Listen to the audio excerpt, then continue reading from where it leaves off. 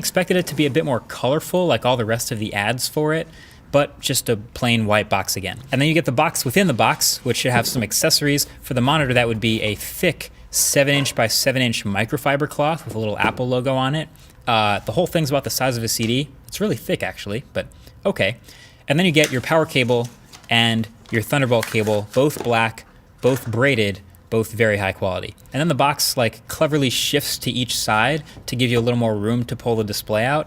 This is a really nice touch, and it's easy to come off like a fanboy saying this, but the Mac Pro packaging and the Pro Display packaging are some of the nicest product boxes I've seen in a while. So yeah, they'll do great on Unbox Therapy. And then of course, you can't forget your paperwork, which does include 2 more gigantic Apple stickers, the same size as the Mac Pro's Apple stickers.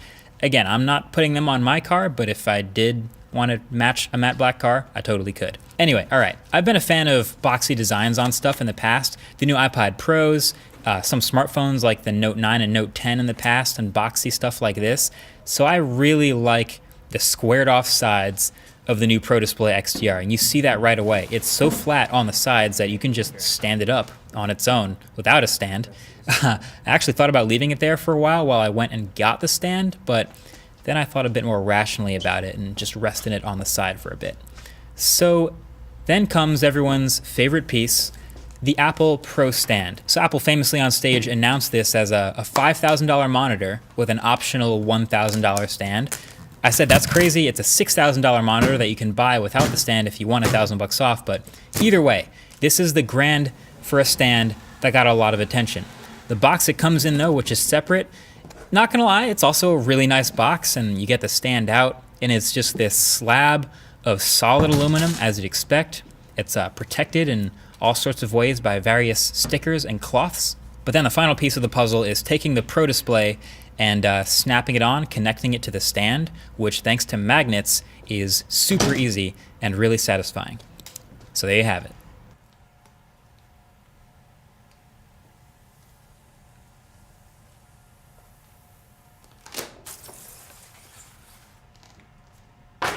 So I'm not even gonna lie, low-key, between the new Mac Pro and the Pro Display XDR, I think I was looking forward to the new display for longer than I was looking forward to the new Mac Pro. Like some of you guys might not know if you're newer, but for years, I was a dual monitor person. Hardcore, I really loved my older pair of 31-inch Dell Ultra Sharp matte finish boxy monitors that I used for years and years after some other dual monitor combinations that I tried. These were amazing. So when the iMac Pro came out, you know, it was great having all that power and everything, but now that I've moved to a single glossy display with huge ugly bezels, that was kind of killing me. So these displays are clean, modern looking, kind of boxy, the way I like them.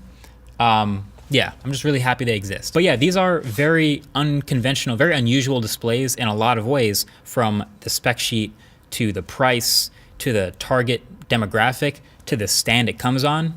So 2 weeks into using it, here are some of my thoughts. First of all, this is the anti-glare version, so you're not gonna see any sort of light reflections.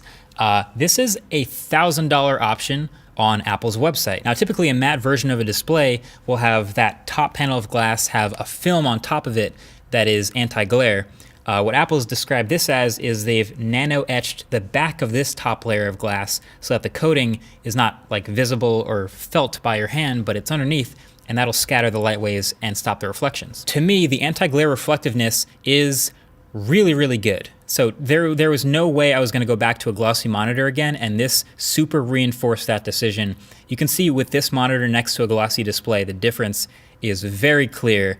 They have done a great job with this, and it looks great from every conceivable angle. The only downside is I think this has a real effect, this has a real effect on the viewing angle. So if you see this looks like a pretty evenly lit display, if you look on Apple's site, they'll say it has an essentially 180-degree viewing angle. Like they say you can look at pretty much any angle and get the same image. But look at the way it just sort of gets darker instantly on the sides here. And that's the way it looks in person. It's not perfectly uniform across the entire thing as far as viewing angle, which I want to test out, possibly looking at the glossy version of this and seeing if it does that same thing the same way. But it's not perfectly uniform. This is why I tilt the monitors towards me in my setup instead of having them flat. Then the ports on the back of the monitor are pretty nice to have. So with this one, you get 3 USB Type-C and 1 Thunderbolt for input. And if you plug this monitor into a MacBook Pro, it charges the laptop through that Thunderbolt cable, which saves you a cable coming out of the laptop like some other monitors do. And also on the back is your power and the braided power cable, which is nice and high quality and about 6 feet long. And then you of course have all the holes in the back of the monitor for ventilation. What's nice though is it is completely silent, which is not true about every other display in this class. Now for the full review, I'll be going more into detail with other Pro displays, which don't all have the same feature set and don't all look like this, but for now, yeah, it's a silent monitor. So yeah, ventilation does its job. And also you never have to look at the back of the monitor once you've put it on your desk, so that's great. But the front of this monitor, which you look at all the time, is great. It's everything I could ask for in a monitor except for high refresh rate. It's a 32-inch diagonal, thin bezels, boxy with sharp corners, 6K resolution, 1000 nits sustained brightness with 1600 nits peak, 576 local dimming zones, which give you a 1,000,000 to 1 contrast ratio and a fully accurate P3 color gamut and 10-bit color depth. To me, the 6K resolution is not the most impressive part. We had a 27-inch 5K iMac. If you scale that up to 32 inches, you naturally arrive at a similar pixel density for a 6K 32-inch display. But what I really was impressed with was the contrast. All those local dimming zones have that about as close to an OLED as I've seen in an IPS or a not OLED display. It's not quite the same. You can still see a little bit of bleeding, which somehow Apple avoided in their demos. They look like there would be no bleeding at all. There's still a little bit, but it's really impressive. So as a Pixel lover, I am definitely liking that. But also, I should say, when I connected the stand at the end of the video, I should reiterate, connecting the stand is really impressive. It literally snaps on with magnets and takes no effort at all. And then this stand itself is actually really, really nice.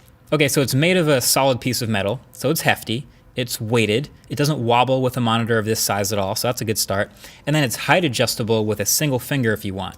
And at any point, if you want to switch to portrait for any reason, there's a switch on the back that only activates when you're high enough that there's clearance. So you find that switch, you flip it to unlock, and then the whole thing swivels easily to portrait.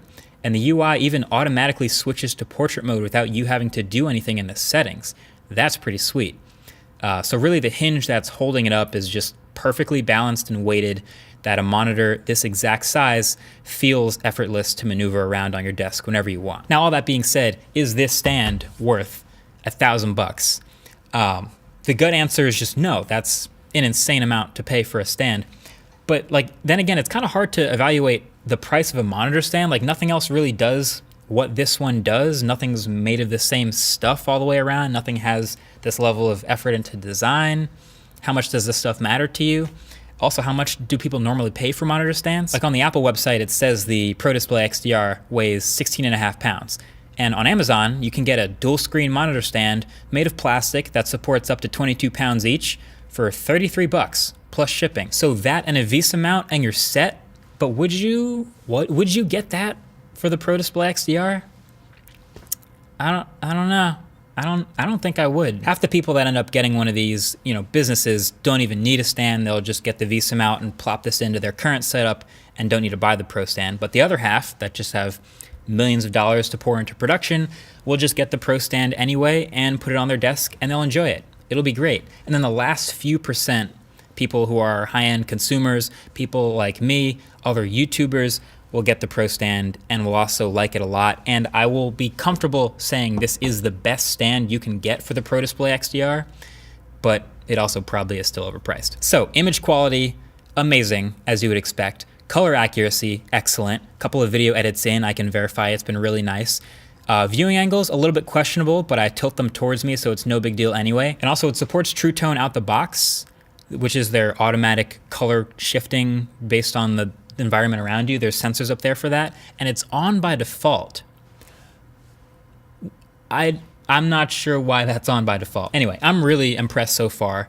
Having two is a major setup upgrade for me. I'll tell you right now, having two 6K monitors on my desk is fantastic. I'll tell you what, getting LASIK and then getting two 6K displays and editing videos is a totally different experience in 1 month than it was before. But anyway, yeah, full review coming up, which will include some thoughts on HDR, some workflow talk and what that potentially means for YouTube videos, and of course some comparisons to some other Pro monitors. So keep it locked here for your holiday tech videos. Definitely subscribe if you haven't already. New Retro Tech episode coming on Monday, and that one is Sega Genesis. If you haven't seen it yet, it's really good.